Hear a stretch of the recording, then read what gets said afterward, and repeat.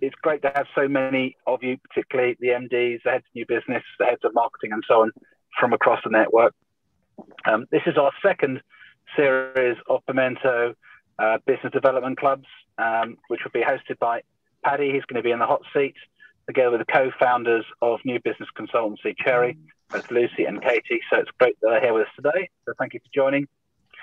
Today's session, as billed, will basically focus on the art of prospecting, covering all angles to give you some strong tips to take away and some best practice advice, which you can hopefully take your own prospecting to the next level and help you to drive some new business into your agencies and consultancies.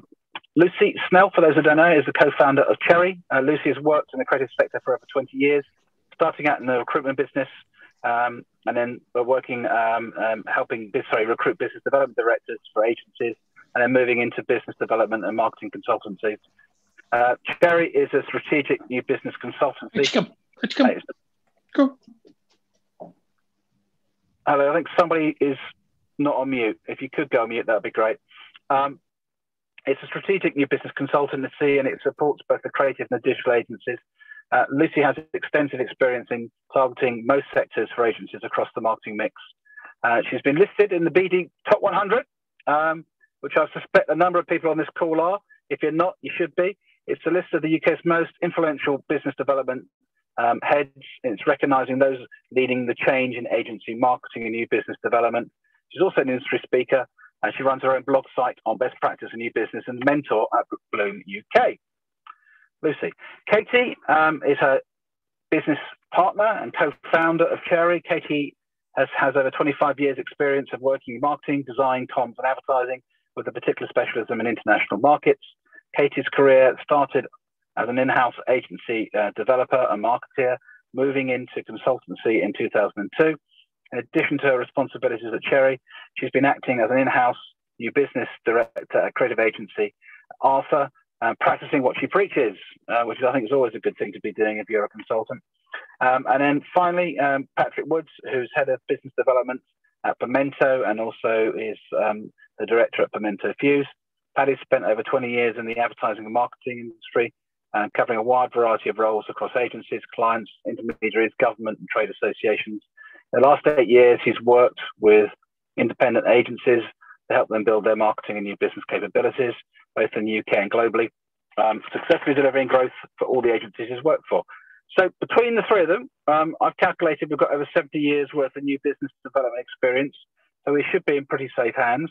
Before I hand over to Paddy, since I'm not going to be able to make the end of this call, unfortunately, I have to step across 100 metres worth of tarmac to a consulting room to go and have my annual checkup. Lucky me. I just wanted to mention a couple of other events we've got coming up. So on Thursday this week, we've got the 5 p.m. club. It's been hosted by Fountain. I've just seen their slides. It should be a very interesting insight into how the world of working is changing, and they'll be giving us their perspective. As most of you know, they're a digital marketing agency, an award-winning one at that.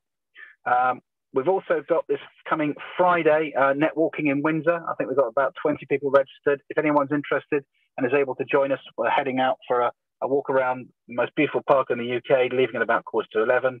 And then we'll be having a lunch at Guards Polo Club. So if you want to join us, please let David know either during or after this call. Someone at the front door. And then finally, next Wednesday at this time, we'll be focusing on the world of pitching.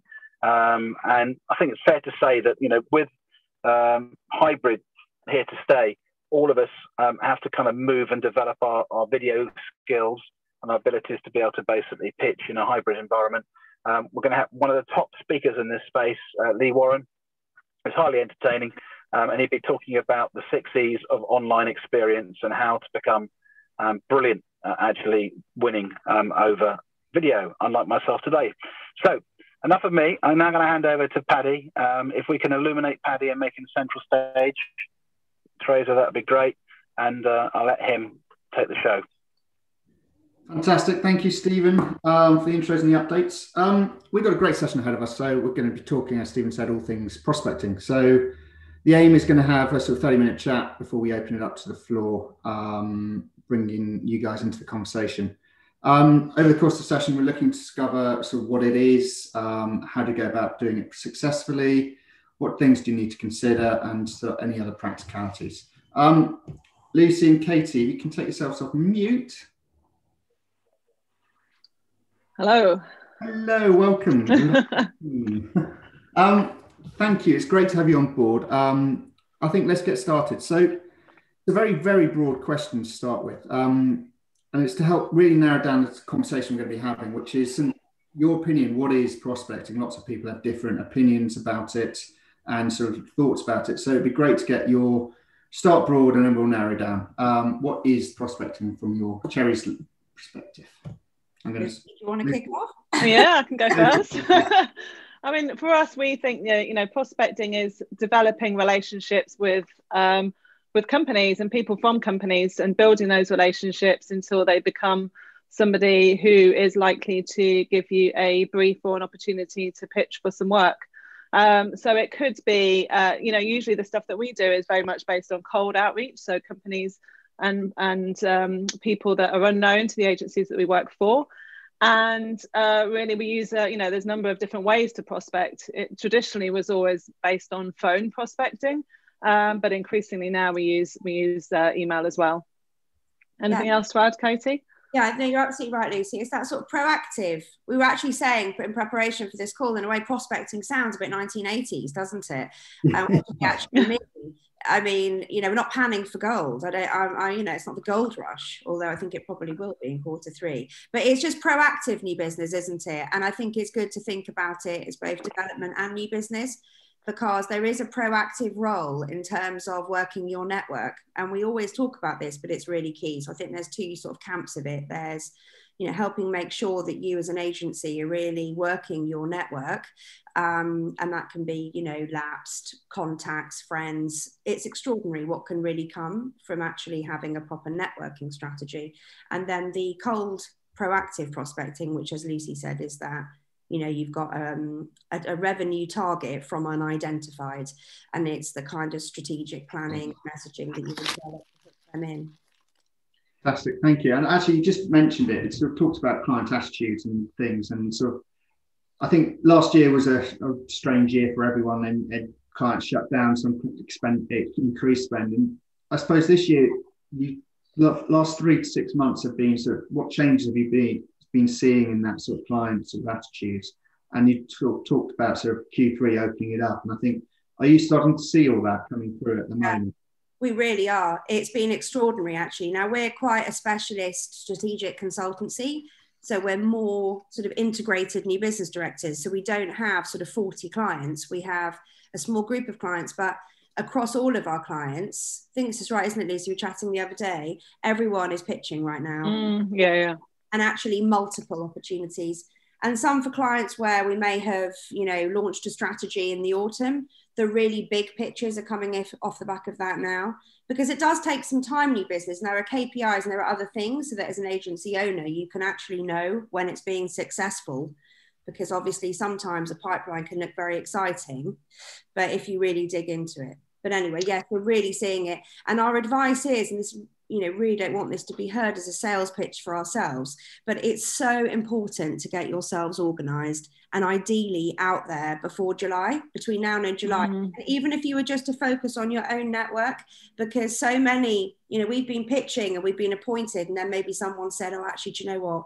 We need to get our ducks in a row over the summer and we'll start in the autumn. And we're starting to hear a lot of that now. So if you're not an agency that's really famous, or your work is famous and you're going to have to work a little bit harder to get the ears to prick up, now is the time. And we'll come on to some, I know there's prepared questions, so there's sort of other content from today that will hopefully give you a few ideas about what you should prioritize and crack on with. Actually, it's a good start. I think that leads into the next question, which is, you pick up a new client, you pick up a new agency, say, and where do you start with them? Let's talk about sort of getting them, building out that sort of, getting their sort of ducks in a row, that process you look to put in place. So what sort of tools, what sort of things do you start to build that sort of, the back end, so they're ready to go out and let's start immediately on that prospect? And what sort of things help and stuff would you advise on and sort of set up for your own clients? I mean, what we start with is we usually start with an immersion session where we can really get under the skin of our clients and understand what their key strengths are. And then we can help develop a value proposition and take that to, the target audience. So it's about knowing who you're targeting, who you want to work with, and understanding what it is that you can offer to them. But I don't think, and Katie agrees with me, we don't think that agencies need to spend huge amounts of time and money and investing lots in their overall value proposition, because often we've worked with agencies and they've done that exercise and process, and then we take it out to market and it kind of doesn't really work. And so often it's better to start having those conversations with prospects, understand what it is that they're looking for and what they're needing, and then you can kind of tweak your value proposition accordingly, as and when you need to. But it's about having a kind of a clear plan of who you're targeting, what it is that you're going to be saying, how you're going to offer that, what the overall message is going to be, and then you can add in some of the kind of tactical kind of campaign, how you're going to deliver that, whether that's through email prospecting or through running a series of webinars or through content and thought leadership stuff. Yeah, that's absolutely right. And I think, being really clear on what you do, we're not sort of suggesting, I know that we have sort of talked about proposition development and we are a fan of it. It's just that in 25 years of working for agencies, especially independents that have never quite got enough time or money to invest, we think you should just be practical first. So in a way, what you're brilliant at, unless you've pivoted or there's some seismic change, which of course can come along and then maybe you do have to pivot. But often with clients, what they're really great at, they are quite clear on. And so we're just quite practical in terms of helping clients, make that really clear. Maybe you want to, in the website or some other communication, make sure the products and services are very clear. It's not that you would lead on them for new business, but I think it's just being very customer centric and making sure that whatever audience you're looking to attract, based on the fact that you've defined that audience, based on what you're great at. Because I do think for a cold new business particularly, you can't ask anyone to join the dots. So if you do anything for new business, even just focus on, one campaign, but where that you're extremely strong, whether that's by offer, by the evidence of the work, if you have a body of very successful work. So it's not that you would sell on creds, but selling on effectiveness can be very good. So it's just kind of cutting your cloth accordingly with that planning as well. I think most of our clients, most of agencies, to be fair, have more ambitious plans they're ever going to deliver, because the minute you get busy, that's not going to happen. So you'd be better off to craft something, go for being ambitious, of course, but perhaps if you kind of reflect and think about maybe if your new business has been a bit stop-starty, if you haven't been able to do it consistently, then you're better off scaling back your plans, really delivering them and giving yourselves the best chance to kind of optimize from there. Because if you get your foundation sorted, it will really help on generating more leads into your pipeline. And one of the things you talked about is getting the data right and sort of actually having that clean sort of database, and sort of how do you go about sort of working with clients on their data and to look at the targeting prospects and sort of making sure that you've got insights into the clients and stuff like that? So what sort of things do you do to work with the agency to really build and understand who their audience is, who their sort of likely sort of prospects are going to be, and then drilling it down to the right sort of approach for each of those clients? Because it is, as you said, prospecting is personal, and it's got to be sort of not just a mass broadcast saying we're an agency. It's got to be based around this and that data side of things. And how do you go about helping them develop that? There's two sides of it. We have our own tools, and actually we've this year subscribed to a fellow Pimento members data service called Ramped Up. So on the sort of definition side, it's about really interrogating the work. So as Lucy said, when we have that sort of immersion session, this is how we do it. And I think it's quite similar than if you were in-house. If you had a new business director starting for you this week, they'd go through the work, the creds, they'd hear how you present it. They'd really look for that golden thread of the work. So is it service? Is it, is it sector-based expertise? So normally the really strong stories emerge from that. And it's normally then quite clear who you might then take that out to. And I guess because we've been doing it for so long, that's really where we crack that at that session. And that might be, then we might do some profiling. So using some tools that Crystal knows, working with the client, or maybe getting the details of some of their existing customers they work really well with, and sort of trying to pin down what are the kind of attributes of that person, what about the role, you know, because there's definitely subtleties around that can be very interesting for new business. I don't think you want to spend loads of time on this stuff. I think it's just making sure that you're going in the right direction, because we do both in terms of we do help clients do broadcast communications, you know, sending out newsletters, thought pieces, and then, you know, using the people that engage in those campaigns. We sort of do one-to-many, and then that goes into research, and we do one-to-one, which is very bespoke, making mention of their agencies, maybe about their strategy, whatever we think just will help us warm that person up a little. So it's normally quite clear where your experience is strongest. And then it's about, you know, the way we do it is to use some of those tools that we use, but then there is a little bit of manual intervention. And then with that, with the research in terms of once someone's engaged in a campaign, you know, they've opened it, they've clicked through, and that's interesting because you can see what your audience are interested in. I think everything you're doing is about your audience. How can you be helpful? What can you share with them that would add value to their day job? And so all of this stuff is just part of getting closer to that objective. But there is a hand roll in terms of choosing, you know, researching incumbent agencies, the fiscal year end date, because we always want to work smart for our clients, and we're tasked with often quite significant annual new business targets. So we're always thinking about, you know, how can we move this on? How can we reach the biggest clients? So to be focused on a financial year, for example, a lot of our clients have been doing pitching in February. Those are for clients who have, you know, end clients, Diageo, whoever they are, that have a May or June fiscal year end, and they're planning 3 months ahead of that financial year. So that's actually quite a good little hack in terms of, you know, once someone's engaged, because that's the first part of the job, getting the ears to prick up.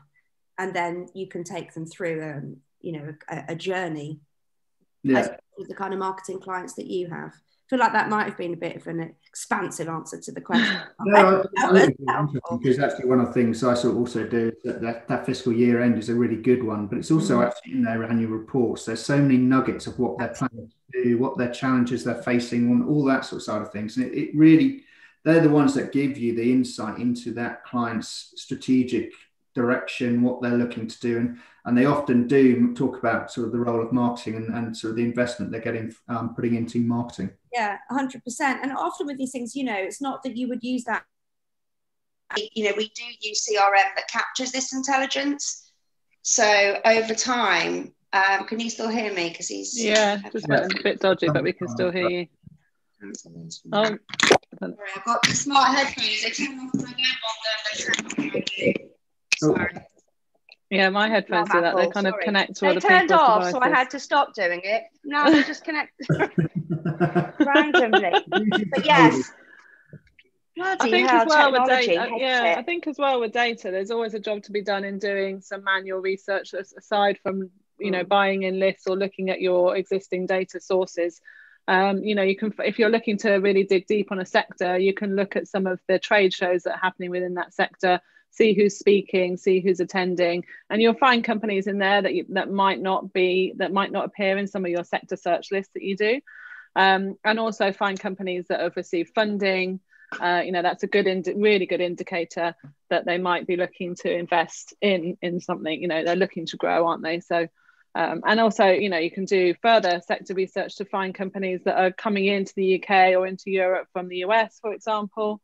And I think it's just being aware that if you're pulling in data from, you know, a data supplier, it's not always going to capture all of those interesting companies. And a lot of other agencies will also be targeting those companies that you'll get from data searches.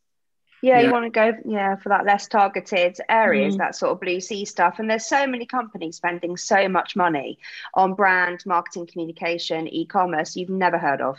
So it's, as Lucy said, you know, so typically for a client, if we were doing maybe a day or two a week, there might be equal amounts at the beginning of some of that automated data plus manual intervention. Because I think another thing for agency leaders, it's a really good idea to think about the resourcing you're really going to need to deliver the new business plan and the ambitions that you have. So to kind of plug this in and to think about what's most important and to allocate resource. Because if you do that extra level of research at the beginning, you will really see much better effective campaigns as a result. Because it's one of those things, isn't it? Once you start, you can't really stop it. You can't really just sort of be sort of very ad hoc and sort of based on what's going on with you on your pipeline. If you've got pitches on, you can't then just stop your other new business, because it takes a while to restart it again and kick it back off. And then you do end up with those peaks and troughs, and it becomes sort of quite tricky to handle. And from a new business perspective, when you're at the bottom, you're getting shouted at the whole time saying what's going on, and then you ramp it up, and then you're too busy to do that and you drop it. So it is a constant cycle.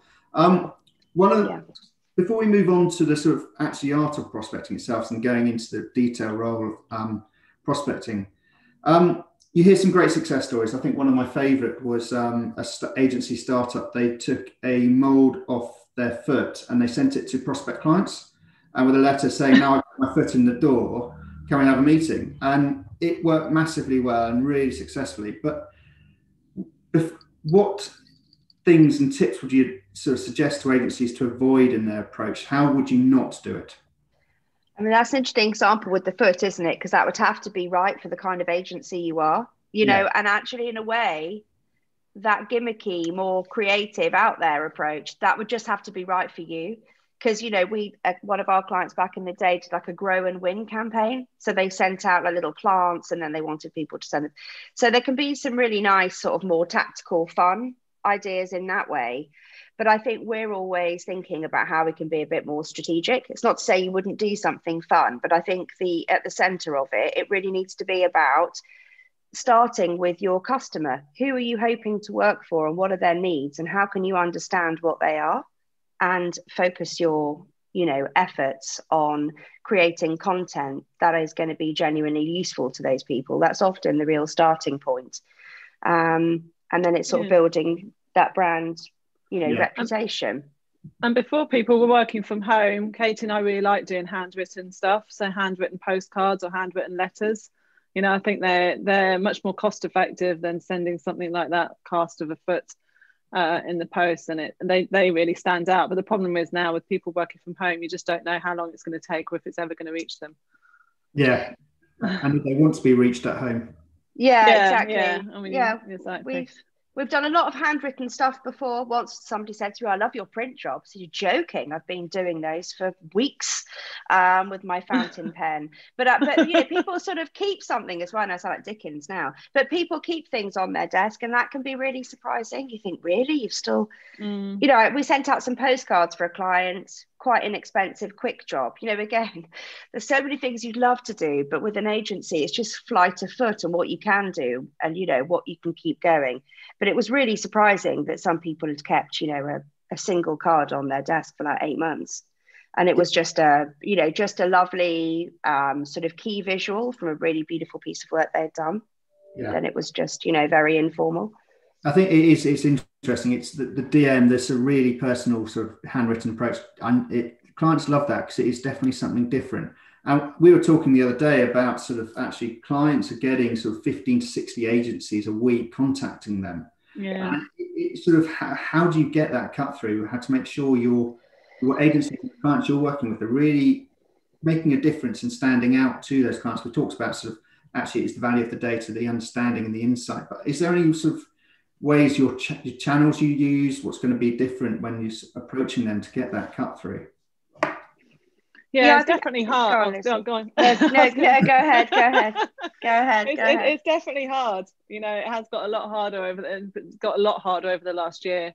And that's why, you know, Katie and I have ramped up and started using different tools that can help us reach more people and then being able to focus on those ones that we've seen have had engagement with some of the stuff that we're sending out. And for sure, you know, you need to make sure that the message that you're sending, whatever you're talking about, is really on par with who you're approaching.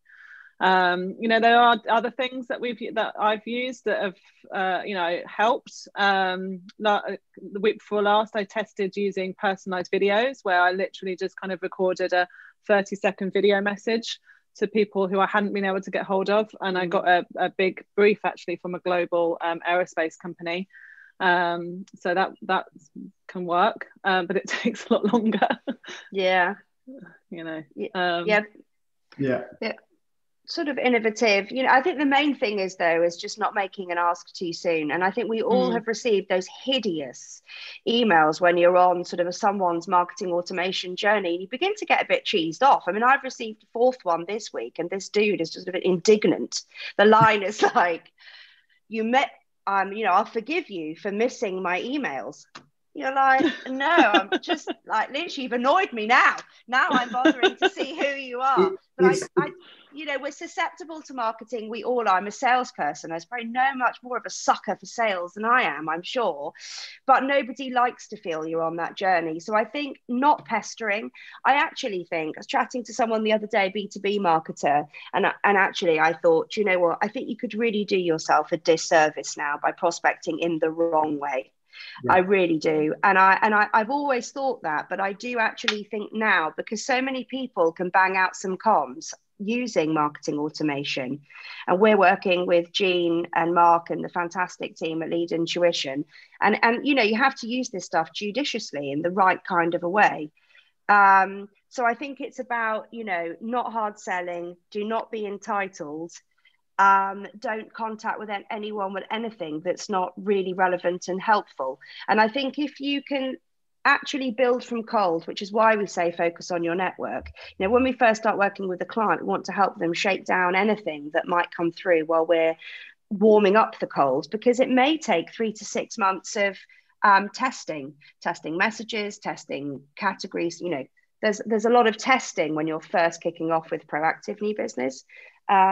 So I think it's just important not to annoy anyone and to make sure that you're building your brand in the right way. And it's like you wouldn't go to a dinner party and start pumping out business cards. So just slowly catch your monkey. It is very true. And you get the LinkedIn approaches where it's sort of, you end up like you insulted them for not responding. Like that. And you say, I know somebody in your network, so you accept them, and suddenly you just get hounded. I hate those LinkedIn automation tools.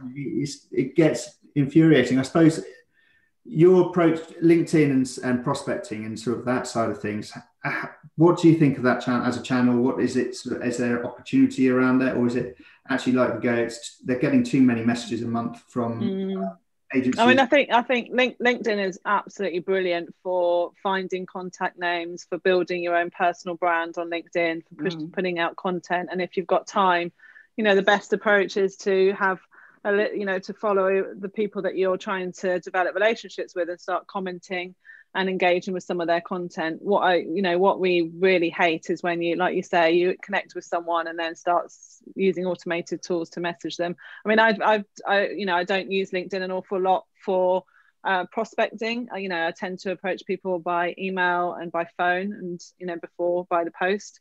If I haven't been able to get hold of someone and we've got a really good idea, and we really do want to speak with them, then I would maybe do LinkedIn. And last year when we were targeting the Middle East, in Dubai, it's really tricky to get through to people on email. They have such weird email servers that emails just don't get through. Many companies just use like their own personal Gmail. And so for that, we did take over the MD of the agency that we're working for. We used his LinkedIn to message people, but in a really kind of bespoke and nice way. And that worked, but it's just oversaturated now, isn't it? I do think, go on, Paddy, sorry. Well, I think Lisa's absolutely right. And I think there's some interesting, so we're working alongside, some of our clients also have like a LinkedIn specialist agency. It's more part of their kind of PR strategy, really. So I've been quite interested to meet with some of those kind of specialist companies. I'm actually not personally decided yet. I think it's a great idea. Like, for example, if you're doing a podcast, it's so flattering. I think it's a really smart part of your strategy to invite people on. You know, it's a softer piece of engagement, isn't it? And I think a lot of people are interested in their personal brand. It's a bit like awards. So many of them are so self-serving, and many clients think they're utterly ridiculous. But in the agency world, it's still good marketing, isn't it? And so it becomes self-fulfilling. So I think we do use LinkedIn, as Lucy says, and I think there's it's being used in some interesting ways. I'm not yet decided whether I think if an agency owner is using someone else and it's not managed. I messaged an old client and it took them 2 weeks to get back to me, even though he wanted to talk to me, because in reality, he's not managing his own LinkedIn. And I think that's not the first time I've had that. So you just wonder, it's a great idea, and there's definitely be great to get someone to help, because there's a lot of legwork if you're doing personal invites, if you're really working Sales Navigator. So we kind of use it more to help clients publish content, and we've done some testing with LinkedIn advertising, has actually been very effective, and you can put quite a small amount of money into testing. So I think that's very worth looking at. So it used to be called Pulse, now it's something different. But I also think there's too much content around, which is why part of our strategy is about saying to people what would actually help you in the day job. There's so much content out there, what would be interesting. So not the kind of messaging that we all get, that we wouldn't use it for that. Yeah, just demand. Talking about messaging, cold calling. I know it's some people loathe it, others actually it's a really important tool. You sort of actually say it is one of your tools, and actually I suppose the conversation is the question I suppose is, how do you go about setting yourselves up for as an agency? How would you go about setting yourself up for cold calling and doing the cold calling and that prospecting side of things? Because there's often when you get clients telling you to just leave me alone in a more brutal way than that, it can be demoralizing for people and stuff like that. So how do you build sort of thick shoulders and pick up the phone to have those conversations? Yeah, I mean, I think that the tricky thing is that, or the challenge is, I think a lot of agencies might have someone doing their cold calling who's quite junior and who works from a script. And I think that's really obvious, if you're a marketing director or a brand director, and often we approach CEOs as well. So you can't really work from a script. You need to be able to understand and be able to speak their language and be able to talk about those challenges that they might be facing and ask the right questions as well. I think it just shows that you're not experienced if you don't have that background behind you.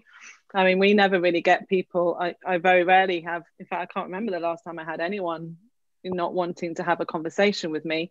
There might be times when you get through to someone and it's obvious that they're busy and they might not want to chat, and you just say, "Sounds like I've caught you at a bad time. Is there a good time to speak?"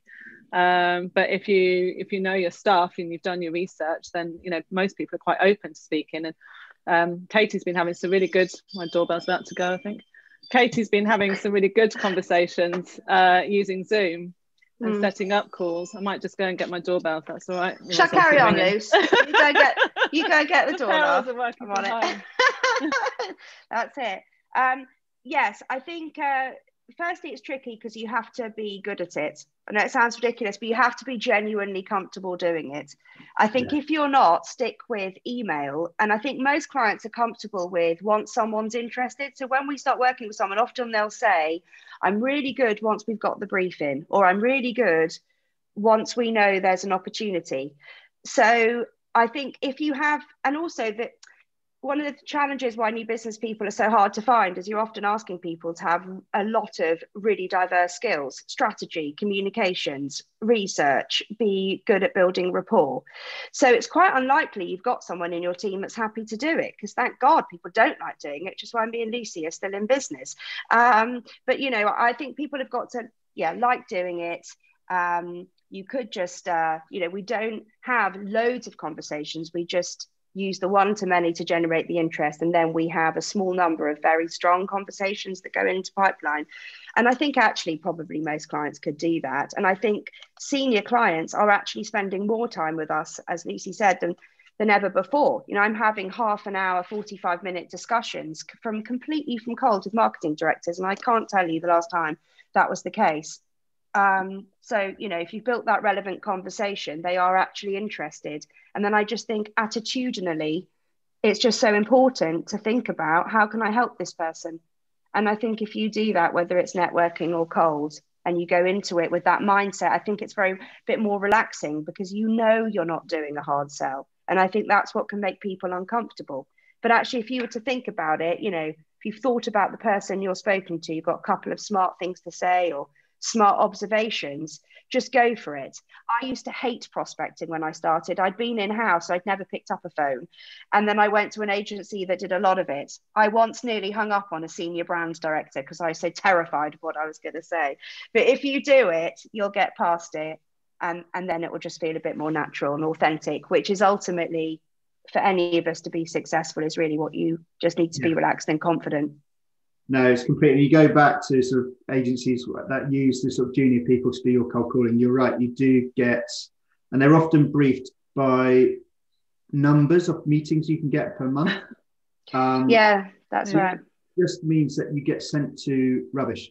And actually, it's got to be about quality rather than quantity. And I think it's changing that sort of dynamics. We think actually it is a long-term game. You don't want to be wasting your time turning up to a meeting where they're not interested in anything you've got to say. They've been sold something that is completely different. And clients are really naughty for that because of new business companies, because they ask new business companies to meet ridiculous targets, and then they don't want to hear or maybe have a conversation where you push back on that. And it's not because you're not ambitious. So I think it's important for any consultant or, you know, new in-house person just to have that realistic conversation. So when we're talking about targets, it's like, well, what have you achieved to date? And what kind of percentage increase in performance are you looking for us to make? Because sometimes there is a mismatch between expectation and what's possible. But of course, as a sales company, I can understand why people might get tempted to start to commit to numbers that are clearly ludicrous. And actually, if the client was to think about what they were achieving from cold, it's not the same as people referring you business. You know, we get referred business all the time, but it wouldn't be fair to judge a completely, or to set targets about a completely cold campaign against that sort of referred business. So I think it's just important to be really clear together at the beginning and to think about what you want to achieve. And you might be an agency that's promoting a new product and service, in which case walking the halls, being more known, building the network might be more part of it. And then you might develop something that will help you get through the door. But you have to appreciate that those more tactical angles that can help you do that, that person is still not going to have a brief until they're ready. So I think as long as you go into it going, okay, I'm taking this meeting because I'm just interested in having a coffee, and you get whoever's doing it for you to frame it in that way, it's kind of just starting the fire, you know, a sort of a mutual introduction, informal. As long as you go into it like that, because those things will, it's helpful if you've had that face-to-face time on Zoom or whatever, it's helpful, and that lead will become stronger if you manage it in the right way. But you can't have both. You can't have kind of quick and strategic, but there are things you can do to help generate immediate leads. And that's why we talk about the network and your network and people you probably do know, but you haven't hit up or recontacted in some way. It is very true. And it's all about nurturing that sort of prospect once you've met them for that coffee. I was talking to some and agencies in the past and in the future, and they picked up a client recently, which was from 2 years ago. They'd first met them. It just takes time. You've got to get into the cycle of their process, but it's keeping contact with them, and it's keeping engaged and nurturing them, and just having those regular catch-ups, and just it's seeing how things are going. But it's not, as you say, it's not the hard sell. It's we're still here sort of approach. Yes, yeah, exactly. And keeping in contact with them with the right stuff. I mean, you don't even have to create your own content. It could just be that you do a little bit of Google research and see some articles that are written that feature some of their competitors or feature their brands or some interesting stuff or some trends. You just drop them a line saying, oh, saw this and thought of you, hope all's well. And it's just a way to keep front of mind without you constantly going, oh, hi, any more briefs again? Hello, still here. Google Alerts as well, using tools like Google Alerts. So once you've got your CRM, and make it a simple one that you're actually going to use. If actually it is a Google sheet because you've got 30 or 40 people you're tracking across your management team, then that is better than nothing. But just make it, straightforward, and then use social listening tools and Google Alerts. Once you've agreed as a team, what are the 10 companies you'd literally kill to work for, that are bang on for you, strategically develop, clients that are capable of delivering you more, depth of work beyond the project. There are various ways of identifying who those people are. And again, if you work smart, set up those Google alerts, and then you can be prompted about when things come through, and you can just send a little email, that speaks to that and that helps with that, to keep that dialogue going. Because it's such a shame when agencies do stop, and we pick up a lot of accounts where a client might have invested 100 grand in outsourced new business, and they're like, do you know what, just forget about it. And you just think, wow, no, please. Please, there's got to be something in there we could do something with. But it happens all the time. And if they were to actually add up the numbers, it'd be, my God, I'm sure in some cases it's a lot more cash than that.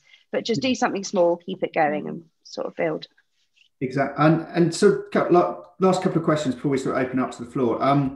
So part of prospecting is building that chemistry and actually helping and supporting your clients and building that chemistry from sort of when you're in contact. And how do you make sure that that is seamless through, so that they get that feeling that you are, from cherry to your client, it's a seamless chemistry experience? And so how do you generate that culture coming through so clients get that all the way through? I mean, it's about, we spend quite a lot of time with our clients at the beginning to really immerse ourselves in their culture and understand, their language and, their tone of voice. But also, I think, particularly on email, it's about being natural and being authentic and not using jargon and talking the way you would normally talk to somebody. And, when we work with agencies, we adapt our LinkedIn profile for some of the agencies that we work with. We have an email address, from the agency. We're often involved in those first calls. We don't have to be, but we can be. And then we hand stuff over with all the detail and background, so people are fully appraised as to, the history and the context in which we're having those conversations. But it is, above all, you've got to be just normal and just natural in how you're talking to someone. Because, as Lucy says, because we're a bit different, because we are, we think it's so important to really represent the tone of voice, the language, the attitude of each agency we work for. And that's very different for each of them. So whilst we're our authentic selves and we bring our expertise, and, in a way with prospecting, it's interesting because it's a bit like, being good at building rapport with someone or being someone that's likable. Sometimes you've either got that or you haven't. So it's sort of, to my point earlier about using the right people, but we're very integrated with our clients. So there isn't really a disjoint because we're not sort of over there doing it. We might meet with our clients 3 or 4 or 5 times. Sometimes it's a daily conversation if we're working on a number of work streams together. We kind of are integrated. So there would never be a point where what we're saying, there would be a disconnect in that regard, in the way you've described it, Paddy. And then often we go right through to pitch. So I think if there's a role, we always say, look, no, I don't really think senior clients want a new business or agency marketing person in the room unless they can provide some value or a role. The role that we often have for clients is just supporting them to bring that in. So if we've spoken to a marketing director 3 times over a few months in order to get the opportunity in, then it would be weird for us to back out because we're the ones that they have bought into. Yeah. So it makes sense for us to then be part of that. So we might sort of open up the chemistry meeting or open up the pitch, and then just make sure that we're supporting our client. Because, sometimes you can't watch the room. Well, you can't watch the room when you're presenting. Could do, but you're probably not doing a great job with presenting. So I think it can also just be looking at the whites of the eyes of the clients, and as a salesperson, being intuitive about, bringing the meeting back to something, or, that kind of role, and then helping follow that up and tickle it through. I think that's very different. I know it's normally you're chucked a meeting and then you're left to deal with it. And so no, we don't do that. No, you don't really know what they've said, that cold calling company said, or whatever it is. So it is. I think that's a really nice, seamless experience, and it makes. Yeah, I get that. You are then partnering really rather than a service. Yes, I think it's because we just think that's essential. I just think to actually achieve significant gains, and by that we mean probably over 300 grand from new. That's quite a common target for us, between sort of 2.5 million. So we don't talk about meeting numbers. We get to what that revenue target is, and then we work with our clients because that's a shared ambition. We are partners. Now, it does often mean, sometimes we have to be a bit choosy because you need to work with clients that you are, you know, prepared to go all in with, frankly, to work with so closely all the time. And that you really believe can win the work if you find it for them, you know, that you've got a real belief in what they do. Because I mean, we've come from that background, Paddy. That sort of, I've been a client of that sort of more classic lead generation service. Now, for us, we're like the opposite of that model, because we feel like, as Lucy says, you need to be able to listen out for and understand and, you know, tease out the brief. And that's really impossible unless you have a depth of experience, because you just can't possibly substitute knowing all of that stuff. You know, so and it does make it more grown up conversation with the CMO and the senior clients. I'm going to open up to the floor. So there's a question from you. Is, have you used any particular model initiatives for referrals from existing clients that have been successful? We've just helped our clients either set up conversations with their network just to kind of tick that along, rather than anything being incentivized, if I've understood the question. I think also, again, if you think about it, mostly why this doesn't happen is because people feel a bit about doing it, or a bit like, feels a bit sort of grubby, or maybe you're just a bit uncomfortable with it. For every person you're going to contact, just think about how you can help. And it's amazing how you can be helpful. It's a mutual thing. So go into it in that way. For existing clients, I think it's really important. I really want to use a better word than newsletter, but I do think a piece of agency branded communication that's relevant for your audience, that goes out to the friends, you know, friends, contacts, clients, lapsed clients, because I think we'll all be familiar when a client knows you for one thing, but actually you do a lot more. So I think in a way that's a very soft way to do it. And again, using tools like lead intuition and active demand, or whatever the platform is, the actual functions are quite similar. You can then see who's coming in and then think about how you can be helpful to that particular person, and just be really informal and really light touch. And if you do that, there's never really anything negative as an output from doing that. It's where people get too punchy or strike the wrong tone. That's really where, and kind of some of the themes we've discussed today. So I think that's the main thing. And slightly stalkerish in their approach. Yeah. No one wants that. I mean, obviously we do use that, but I've never called someone and said, I see you've just looked at my email. Be a bit much, wouldn't it? It's a lovely way of doing it. I noticed you're still on our website. yeah, exactly. Are you looking at our services? Can I just take you through what they are? It might scare them a bit. I know they do it on their own sort of customers and stuff like that. Yeah. Are there any other questions, or Ross? And I don't know where you are, Ross. I can't see you on the screen, but Ross, that's the answer what you were looking for. Yeah, Paddy, it does. It's just obviously looking at how do we tap into client networks effectively at this moment in time, because, you know, the marketing directors or the chief technology officers are part of different groups, and it's how we can use those strong relationships, just getting some guidance there. We are asking the question to build that at the moment. So just getting some thoughts, though, that helps. Thank you. Yeah, I think also using LinkedIn to identify those people and to pulse out relevant agency content. You know, we know of some agencies doing that very effectively. So, you know, if you're working with Pernod Ricard in one market, just to make sure that you've got those Google alerts on Pernod Ricard and that you're pulsing out content to that business, as well as then having them as part of your direct email or newsletter campaigns. That's a very good way. Because, so for example, you know, if you did a hero piece of work for Pernod and you then had that as part of your branded your agency communication, then you're kind of covering that off without needing to make any sort of direct approach and getting your brand name out there. Because as Lucy says, it's that sort of Byron Sharp thinking. It's just mental availability and keep pulsing out your great work. So we think clients are really interested in great work. You know, you wouldn't want to send out creds, but when I've asked people recently, what would help you do your J job and what do you actually find inspiring? You know, we're sort of saying, we know there's a load of content. What do you want? And a number of them have said, actually, it's really inspiring for us to see, you know, great work in design or great work in your sector, and then a little bit of insight about our competitors. So that kind of content and pulsing that out, whether it's your work or something smart, that sort of content strategy would be effective to raise your profile with those key clients. And I think it's about as well having a process internally, or the confidence to ask clients when you're wrapping up a project if there's anyone else that they can refer your work to, and you can do it in a really light touch way. As you wrap up the project, you can just say to them, look, we've loved working with you. This kind of project is our real sweet spot. We'd love to work on similar projects. If you know anyone that might be interested in what we do and how we work, and it'd be great if you could put us in touch. So you can do it in that kind of way, or you could, if you're working for a company that has, that's quite big and clearly has lots of different business units, you can ask them if they'd be happy to introduce you to some of the other units within their organization.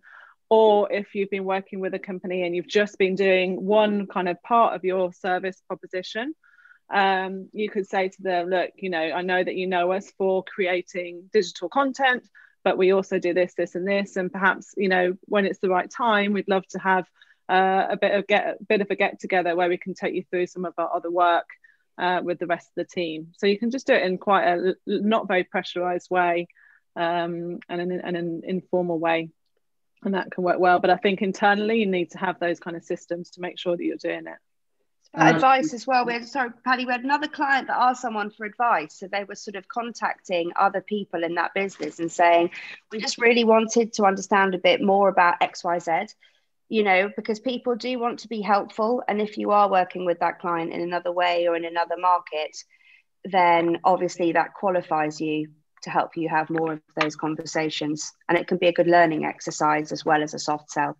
Yeah, and it also falls into that sort of the account handling and the sort of growth client plans, and sort of what do you want to expect out of those clients, so you can actually be more strategic in your approach, especially now that you can't walk the corridors of your clients and sort of go and sort of meet people in the client's offices at the moment. So you've got to be much more clever in how you do it.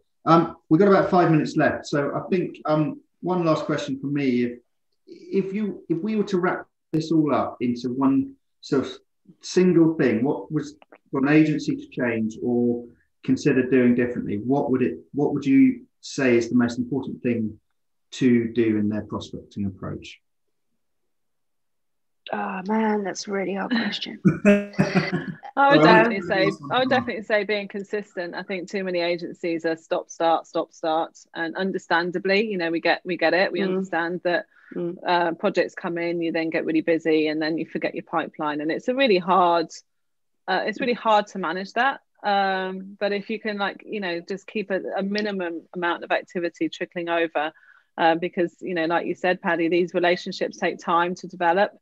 And you can't wait until you need to have new business before you kind of try and build that pipeline. So being consistent, being authentic as well.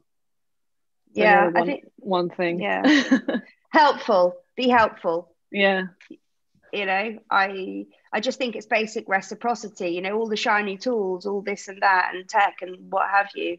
Great, but humans haven't changed, and the things they value haven't changed, and the way that you will build a relationship with people, the basic principles of that haven't changed since I started in new business in 99. So I think it's being helpful and just kind of being useful, being honest, and just and being honest, useful, exactly.